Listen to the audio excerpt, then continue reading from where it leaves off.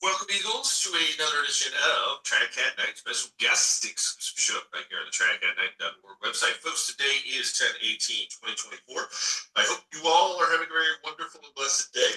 And listen, we've got Dr. Paul Cottrell joining us here right now, as we always do every month, to help break things down economically, politically, geopolitically. What's the latest with COVID? What's the bird flu? And since the last time we talked, Marburg's been back in the news too. So we'll let Paul weigh in on all of this. I'm sure much more in just a moment. But listen, follow Track at Night across all your major social media outlets. Don't forget about third-secret.com. Got the new show up this morning in visual format, taking a dumpster dive into all the latest current events. So make sure you sign up for that website. Should have some fresh articles up there over the next 24 48 hours too as well. Don't forget about the Substack archives, Track at Night, substack.com. Get on over there today, show some support.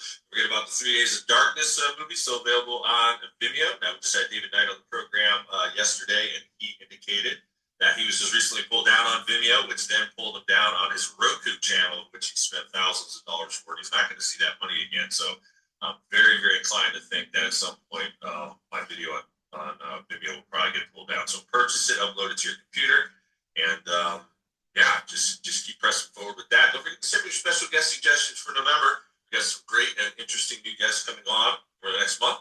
And if you want to join me for a podcast, you can reach on out to me. We'll make something happen. Consultation-wise, you guys know I'm available with your paid subscription Track at Night. You get my number too as well, so you can stay in close contact with me as potential events start to unravel here over the next few months. In addition to that, I appreciate all those who are helping out with donations. We need supreme effort, folks. We're really going to salvage next week. This week, just barely getting by. But I appreciate everyone that has been helping out. My usuals. We just had Cynthia Coons helping out. We had Elizabeth M helping out this spring. But I'm hoping more people will step up to the plate so I can get these shows done that I wanted to get done for next week. But that's kind of up in the air at this point. So please do lend a hand. And then last but not least, don't forget about the Wednesday night live chat too. Every Wednesday night, 9 p.m. Eastern. Great show. Last Wednesday, talking about Pope Pius X and modernism, some more breakdown there. And then our sponsors, we thank all of our sponsors, past and present. You got Mary Johnson promoting the Holy Face devotion. Of course, very instrumental to us as Catholics for the interior life, the crushing of communism. Keep Mary in your prayers. Hopefully, we get Mary back on the show here soon too, as well. Then you got Kathleen Loney selling the Sacred Heart flags or banners for your yard or garden. We got some crazy temperatures. Like this last week, it's been like 50s during the day, 30s at night. Now it's going to climb back up in our area to like mid 70. It's like all over the place here for mid to late October. So who knows what it's going to be like. So you can still get that the flag or banner out there for your yard. Or I don't know. We'll see how cold it is going to get this winter. But contact her at KathleenLoney@gmail.com. $50 plus shipping and handling. Very durable. You can check it on out on the advertising page too, as to what it looks like. In addition to that, you've got John Dean, our super sponsor, who is both sponsored Track at Night.org and third-secret.com. Appreciate John all that you're doing. Keep John in your prayers. Go to jacksberrynights.com for all of your latest updates there. Father Boyd helps out. I help him out on a regular basis over there. He's doing as best as he can while working full time. So please keep him in your prayers. In addition to that, we've got Samantha Wiesing, who was just on the show the other day. We did a cold and flu special. Pick up doTERRA, On Guard, Proprietary Thieves, Lend. And you can get all the details on this and much, much more, because I know Samantha's got quite a few products, but you can contact her at samantha.wissing@gmail.com. And you got Nick Flu, Cross Rubicon, Catholic Fashion Book, available on Amazon, paperback, or format. Catholic Prophecy meets current events. And last but not least, you can play the traditional rosary every half hour, 24 hours a day, 7 days a week. Get signed up for the Wednesday Night Rosary Call program by contacting Joe Blazak at prayer@rosary.com. Having said that, we're going to hand it over to Paul right now. And where do you want to start? I mean, obviously, we got the elections going on. You got things heating up with war.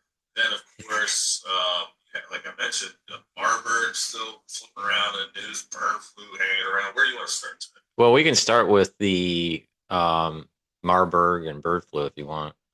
With Marburg, the cases are in Rwanda.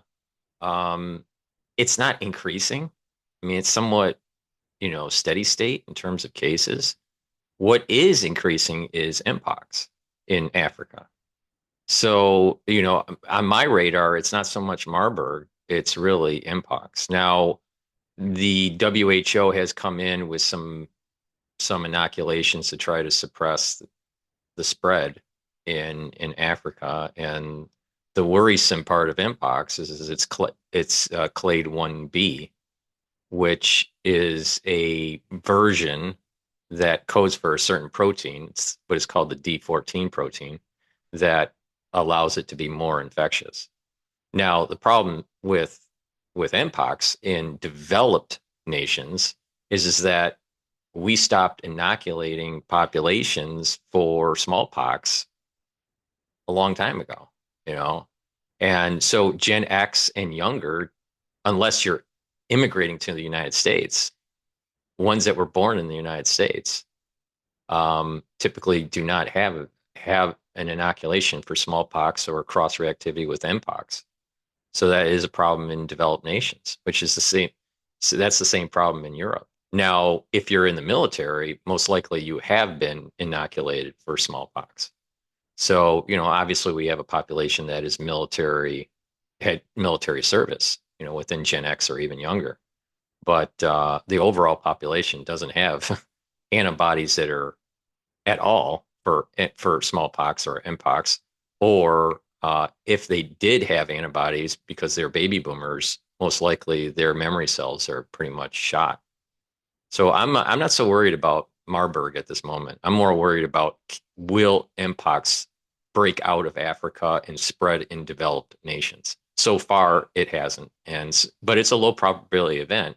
But just like black swans, low probability events can be very high impact. Well, something to bird flu. Your thoughts on bird flu COVID here too in a second, but yeah, the Marburg thing is kind of interesting because I thought they were like doing testing, like were they doing testing at our border or their border for people who are kind of going back and forth between Mm-hmm. the country. I had one of my followers who works at UPMC, which is as you know, like probably like a top five Pittsburgh here, a medical center in the country, and she showed me the documents, but they're kind of preparing for like Marburg, and I actually posted some of this material on my website, left her anonymous or whatnot. So I'm kind of wondering if they know something else. Well, I think it's going back to the main point I was making with mpox, and that is that can there be an outbreak that comes out of Africa? Yeah, it can happen. I mean, there's low cases that are in other countries for clade 1b for mpox. So the same thing can happen with Marburg. But it's not something that will spread easily, like a respiratory infection like we went through in 2020. So I put it as low probability, high impact, where it's like there's a higher chance of mpox getting into the United States and spreading than Marburg. But if it does happen, it's a problem because, I mean, both of those pathogens, there's about 20 to 30 pathogens that have been toyed around with that are part of biodevelopment, bioweapon development. So, We just had that summit finished on the 4th, and then they're running like a large scale exercise. Your neck of the woods, actually, I'll try to find the article if you're not aware of that, but they're running some kind of major bird flu exercise up in New York City. I'll have to find the article. well, I haven't read that article. I'm not aware of it, but I'm sure it's happening. But in terms of the highly pathogenic avian flu that's affecting cows and chickens and wild birds, those cases in terms of livestock have been going up. It's somewhat steady now, and it was really going up in April, May, June, July, but now it's kind of stabilized in terms of number of cases with the cows. There has been a couple new cases of human infection from cattle or chickens. I think the latest case was in California.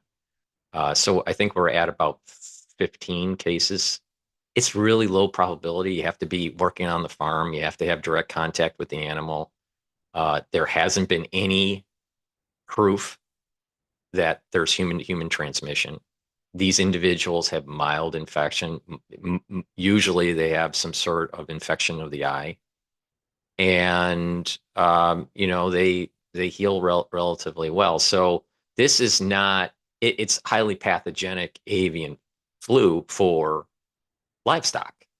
it's not highly pathogenic avian flu for humans. And not to get into the molecular details, but there needs to be certain mutations that take place with the replicase complex. There's 4 proteins in the replicase complex that have to be mutated for it to be more human to human transmission, and the NA protein needs to be truncated, and that's not the case in this current outbreak with this livestock. Now, can something emerge? Yes. Could something be released? Yes. But Right. I don't, Exactly. I think it's kind of dying down. I think that this year, people just need to worry about influenza A kicking up, and just a rebound from SARS-CoV-2.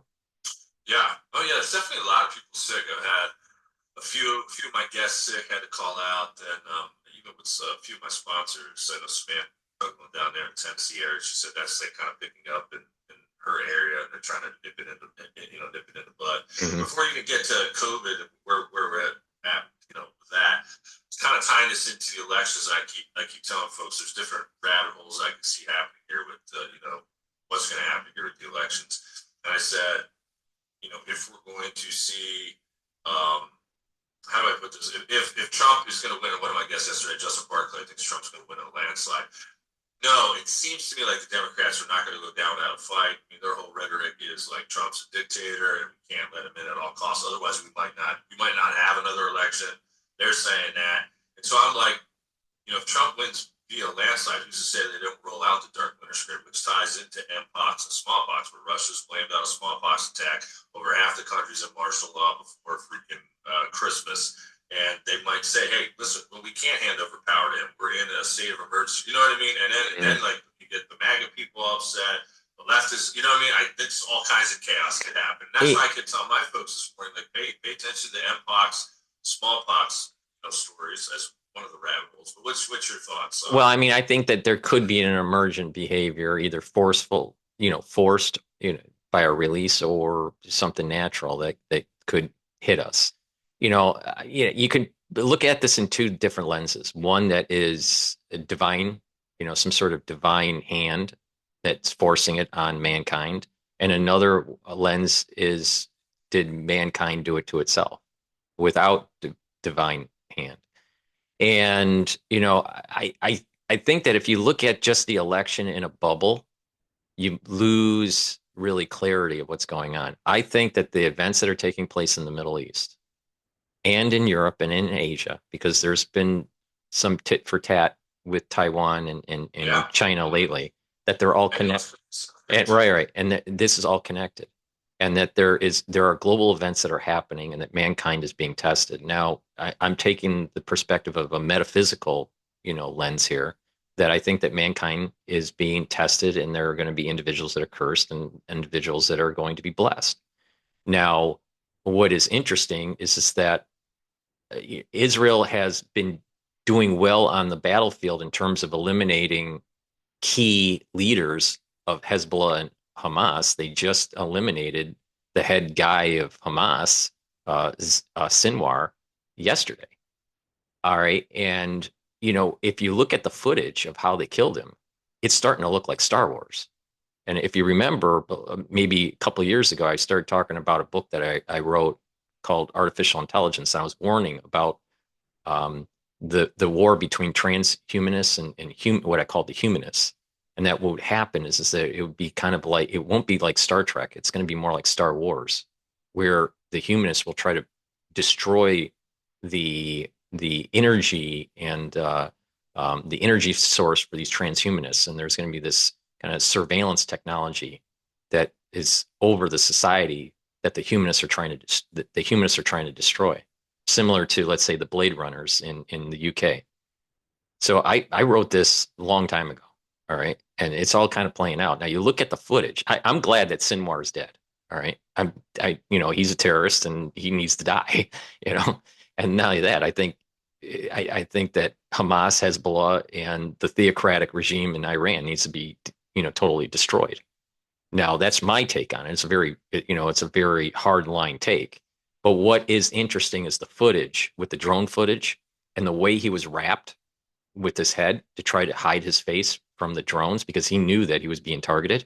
And if you listen to what happened behind the scenes, the Israelis were saying they accidentally found him because he was shooting a drone when he was walking down the street or he was in a building, something like that. So they accidentally found him. So he made a mistake. He shouldn't have shot the drone and they wouldn't have been able to find him. But the point is that it's getting to the point where people have to cover their face because of facial recognition from the drones. So the drone flies into the house that they shot up and they killed some of his entourage. And it looked like his arm was blown off. And he was fighting the drone with a stick. He threw a stick at the drone, and then a sniper, once they targeted him, a sniper blew his head off. The point here is that it's starting to look like Star Wars. I mean, with Star Wars, things are dusty and there's lots of cloth around your face, and it's not like Star Trek with it. Things seem to be a little bit more clean, and it's just. But the point I'm making here is that because of the surveillance state, and where there's things that are so getting back to your main question, it's not a bubble. So I feel as though the election and what's going on in the Middle East will lead to the Democratic Party. If Trump wins, what will happen is this Democratic Party, there's not the national security state is going to, I don't think, release another pathogen in the near term, meaning the next year or so, next 15 months. I don't think that's going to happen. But what I do think is going to happen is they're going to unleash a new wave of violence, very similar to what we saw with Black Lives Matter. And so what happens is as Israel starts to win on the battlefield, especially with taking out Hezbollah, because they're going to be doing a major land invasion. They haven't done the land invasion yet. They're just doing incursions, right? They haven't done a major land invasion. They're getting ready for a major land invasion. When that does happen in Lebanon, you're going to have, and that's when Trump's already, assuming Trump wins, he'll be president. And what will happen is the crazy liberals will start burning down the town, and all of these liberal colleges are going to start protesting. It's going to be a new Occupy movement. The flip side of the coin, let's say Harris does get in there by way of voter fraud or whatnot.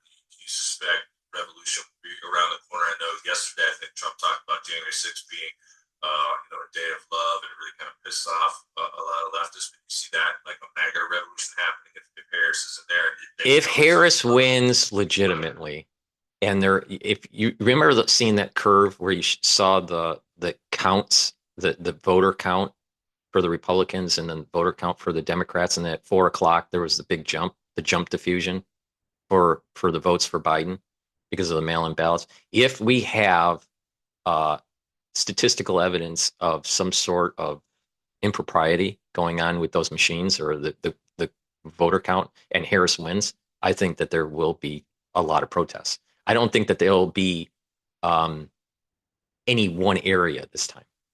I think it'll be more decentralized, and I think it'll be prolonged. Like at the state level, prolonged. Because you got to remember, people don't really understand the words audit and certification.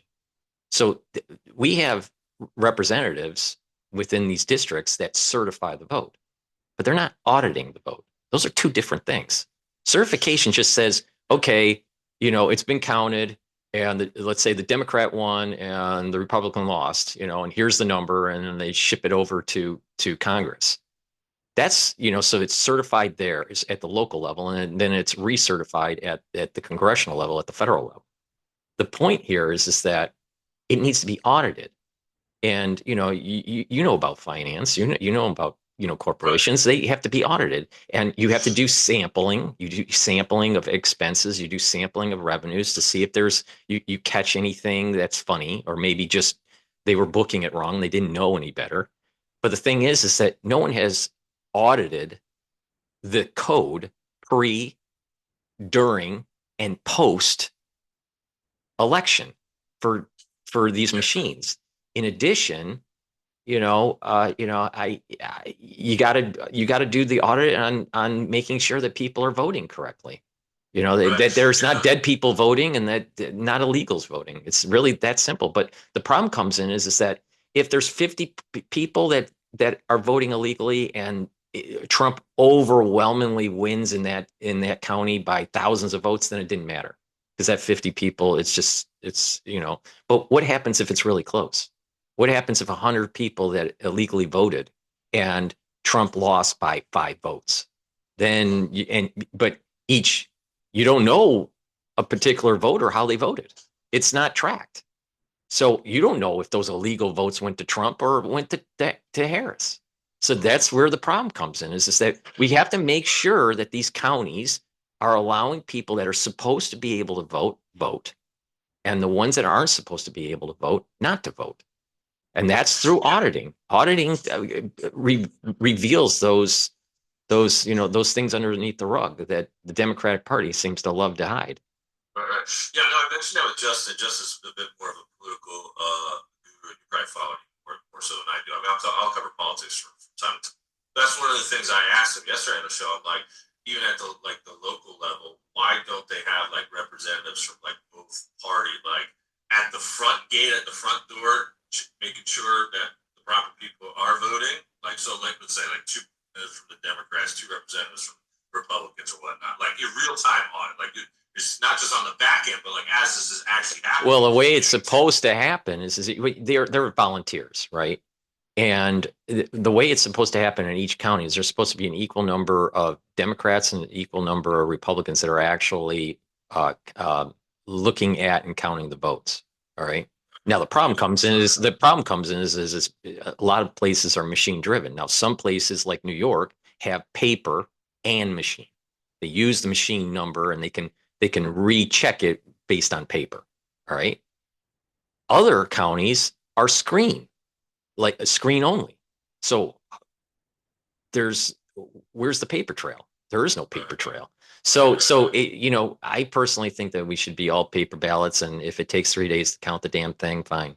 And then, Yeah. but the way it's supposed to be is that there's supposed to be an equal number of Republicans and Democrats counting the vote. The problem comes in is that you have volunteers checking people in to get the ballot.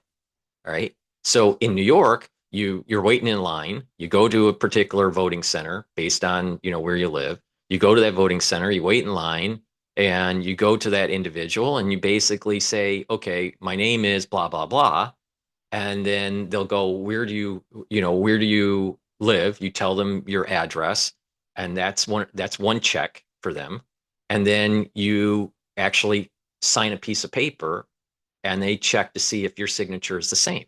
So as long as your name, your address, and your signature match the voter roll, then you get the ballot. Now that's New York. Now I don't know, that was very similar to what was going on in Michigan too. But with Michigan, when I was in Michigan voting, I showed my driver's license in addition. So we don't show our driver's license in New York. So I just feel as though if you know the person's address and their signature, you could and their location to vote, you could vote for them. The way it's done in Michigan or the way that's done in New York. I mean, it's like they don't know. It seems to me, I mean, no matter what's going to happen, the probability of civil unrest, I dare I even say riots, like not happening. Low. I think with any of the scenarios, like I think you're going to see something. Well, I think both sides are going to be because it's so close. Both sides are going to complain that there's some sort of impropriety. But I think the reality of the situation is that there's more impropriety on the Democratic side, and it's malicious. I think there's machine interference. I also think that there's dead people voting, is an issue. I think the Democrats are going to go after the Republicans saying, well, you were trying to take people off the voter roll because they didn't register in enough time, or there's questions about their legal status or whatever, which I think from the Republican point of view, I think it's a little bit more legalistic. I think from the Democratic point of view, it's not about legalese. I think it's actually, election interference. That's obviously a conspiracy a week or two ago. Hurricane Helene ripping through Right. like red states, right, and Right. taking out. And like, can those people vote? Well, there was someone brought it up. I don't remember who it was. I think they were being interviewed on Fox, and he was basically saying, well, there are some people that the mail-in ballots were mailed out, but you don't know if they received them and they mailed it to the voting center.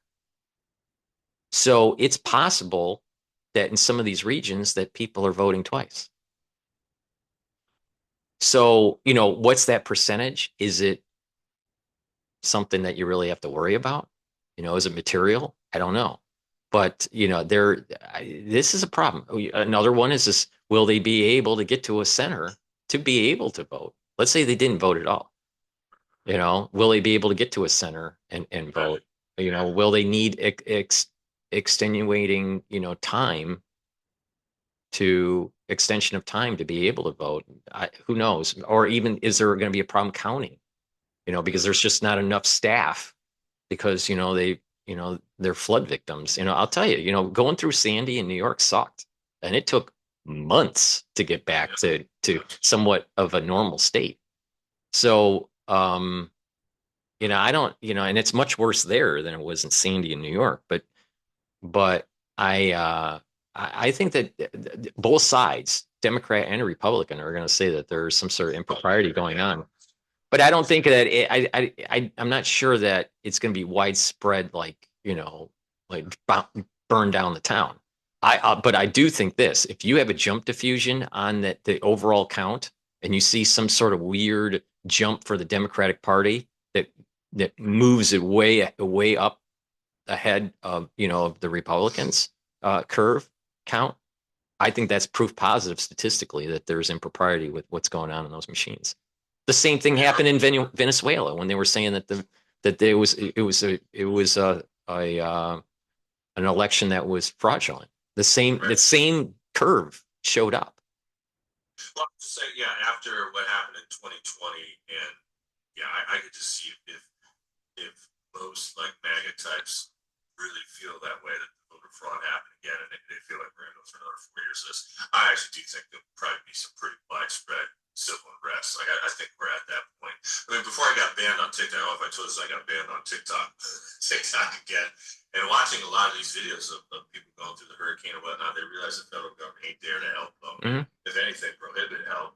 Just over and over again in the comment section. I mean, I'm talking videos that have hundreds of thousands of views, not just hundreds of views. They're saying, I'm not paying taxes anymore, screw them. They're giving money to Ukraine and wherever else. Like, I'm done with that. And there was actually reports of armed militias. Now, I actually disagree with some of my guests that say that was just kind of made up. I actually saw the videos. I was reporting on the same day that I saw these videos of people getting the back of pickups with masks on, not necessarily saying, hey, we're going to the Carolinas to hunt FEMA per se, but you understood and what was implied there. Like, hey, if there's some funky business going on over there, we're going to kind of settle the score. Then there was just another headline that came out yesterday of a woman, although they didn't call themselves malicious, she said that she was aware of people in the Carolinas that were kind of walking around with guns, like trying to, I don't know, be the enforcer types or whatnot. So I actually think that is happening. That's not like, mainstream leftism, like blown out of proportion. I do think to some degree, like a lot of Americans are like, we're done with this. And God forbid Harris doesn't get it again.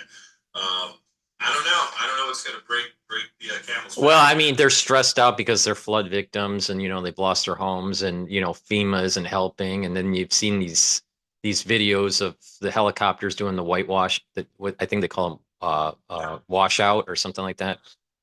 So it does seem like FEMA isn't helping. My experience with FEMA, I saw both sides of it. When I was at Catholic Charities, FEMA used conduits like Catholic Charities and UJF to be able to distribute funds to flood victims in the New York area.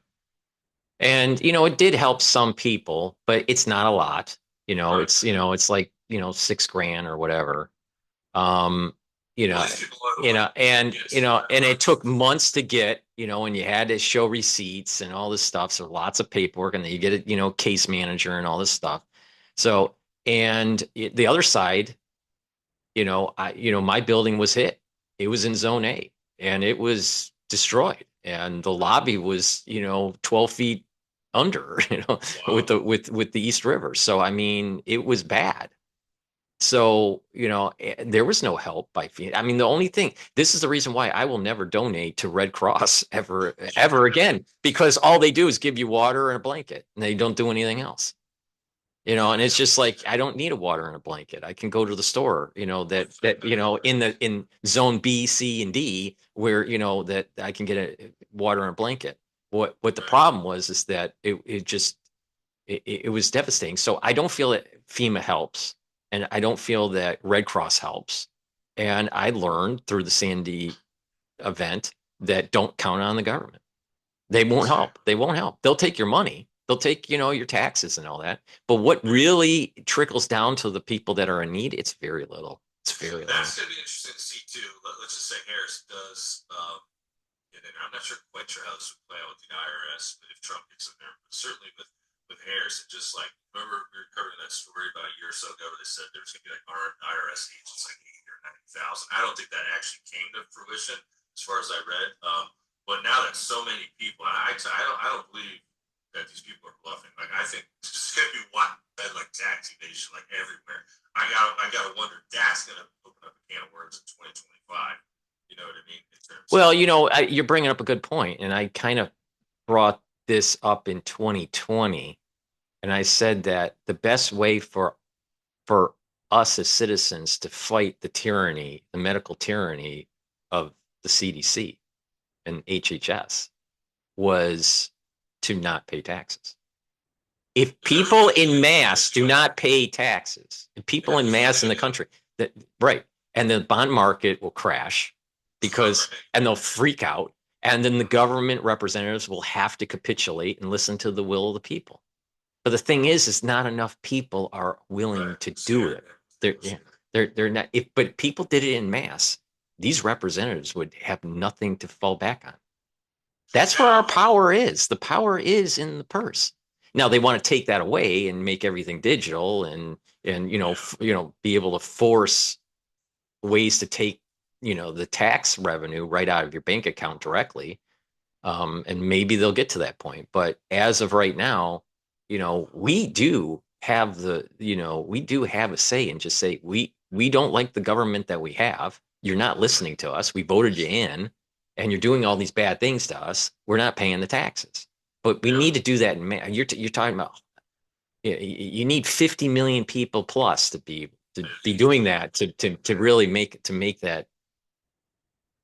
Well, we'll come back to the economic side, but let's talk over here for a moment. Any like new variants or things we should be keeping our eyes on here for the fall time? There is the XEC, and we talked about that in the previous one. It's a merger of two different, it's a, it's a recombination of two different variants.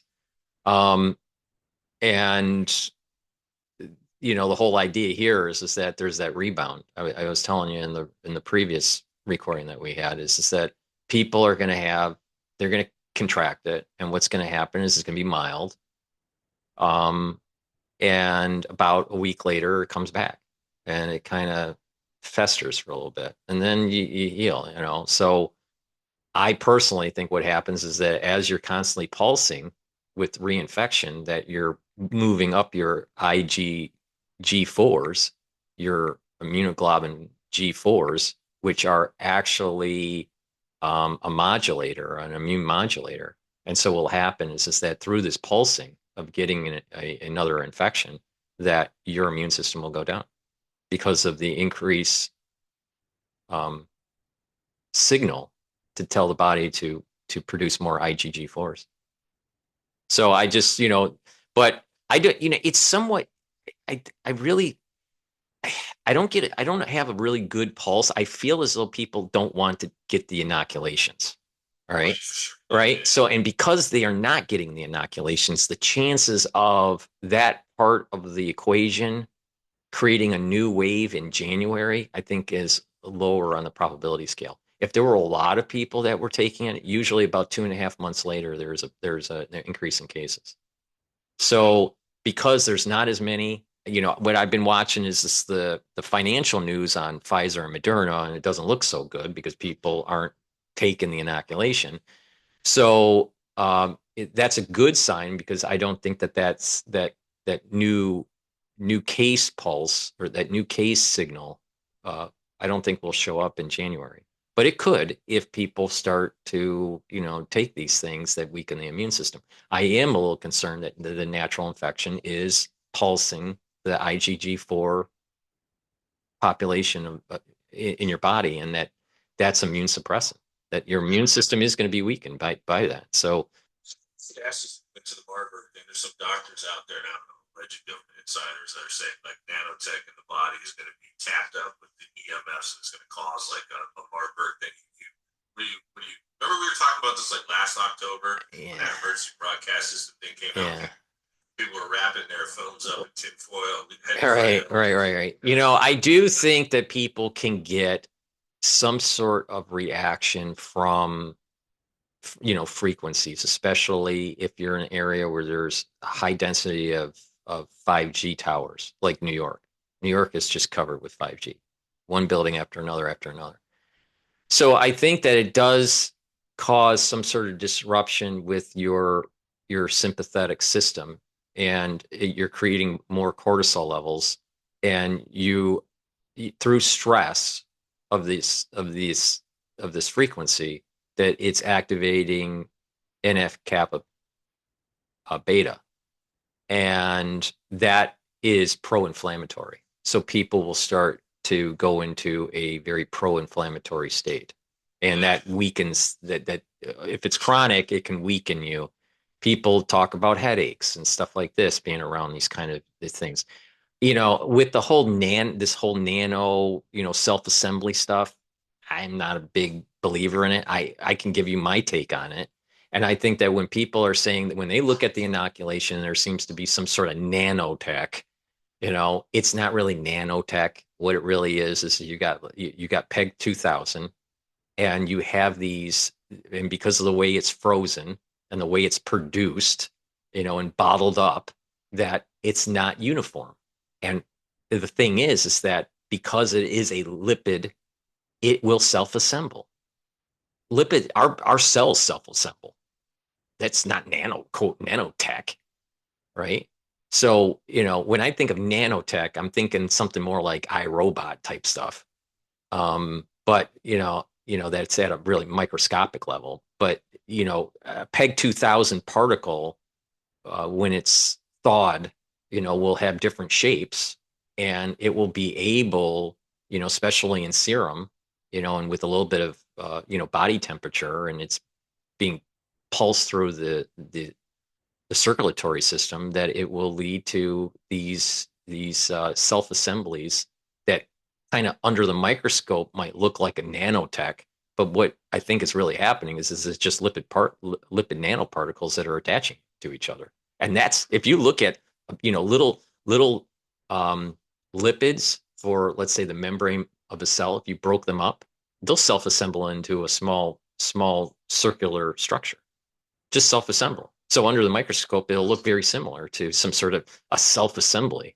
Nanoferritin, ferritin, which is what holds our iron, in our cells, that self-assembles. You have proteins that self-assemble. Viruses self-assemble. So I mean, it's like, it's not nanotech. Just because something self-assembles doesn't mean it's nano. It's like a nanotech. Now, we mentioned cells there for a moment. I know we've been promoting since day one, really, C60 with you. But what about, I've been looking into this. Dr. Barbara O'Neill, very popular on TikTok and other platforms, really swears by that. You big on the NAD? I've been kind of looking into that. Well, NAD plus, I think, is very important, because NAD will increase your energy levels, and also it will help with the repair mechanism for your DNA. See, as we get older, we'll get these nicks in our DNA, or radiation exposure will, cause some sort of disruption in the DNA. And we have enzymes that will try to find the damage, cut it out, and then repair it. Okay. Now, NAD plus helps with that repair process. So taking NAD plus, especially after age 35, is really important to help with the DNA repair mechanism. But it also increases your energy levels, and is synergistic with niacin And NAD plus also helps with neural health. It's a neural protector. So for like syndrome wise, is that Right. really, I'm on your month 194, so I'm like, yeah, let me try this again. The first like I don't know, like half a year, I was really paying close attention to this, but kind of like leaning down a little bit. I'm like, hey, let me start to The try to thing, get my head. if for neurons, you really want to take ubiquinol, you want to take NAD plus, and you want to take NAC will help with Yeah, anxiety. I have that. And C60 is very important for neurons. Why? Because you're soaking up those free radicals and boosting up the mitochondrial health. And by boosting up the mitochondrial health, then you're having more ATP to produce the neurotransmitters. You kind of look at this in a stack. So NAD plus, ubiquinol, C60, NAC. That's a stack. I gotta look that one up, but that's Ubiquinol is CoQ10. okay. Yeah. But CoQ10 metabolizes into ubiquinol. That's good for your heart too, right? Yeah. Yeah. Yeah. And ubiquinol is important for energy. It's an antioxidant. It helps the mitochondria, and it helps with neurons. It's neuroprotective. I'll do your best to try to condense this for us on the economic side here. Where are we at? Stock market's way up, but is it going to stay way up? 50 basis points down with the interest rates. They're talking about Israel possibly hitting some of these oil fields, which some of my analysts say might trigger up our gas prices. Talk to us about what you're seeing on the port strike situation too. Maybe you can try to squeeze it all in. All right. In terms of oil, it's trading below the WTI is trading below 70. That's because Israel stated to the U.S. State Department and Defense Department that they were planning on not hitting the oil fields in Iran. So that put some pressure on oil. Also, China's demand function is down, so that suppresses the oil price. In terms of equities in the United States, the S&P 500 is trading very high. It's trading above 5,800. I still have a target of 5,800 to 6,000 for the year end for the S&P 500. After that, I'm a little concerned, and you have to look at the price structure. But I think after 6,000, you have to reevaluate.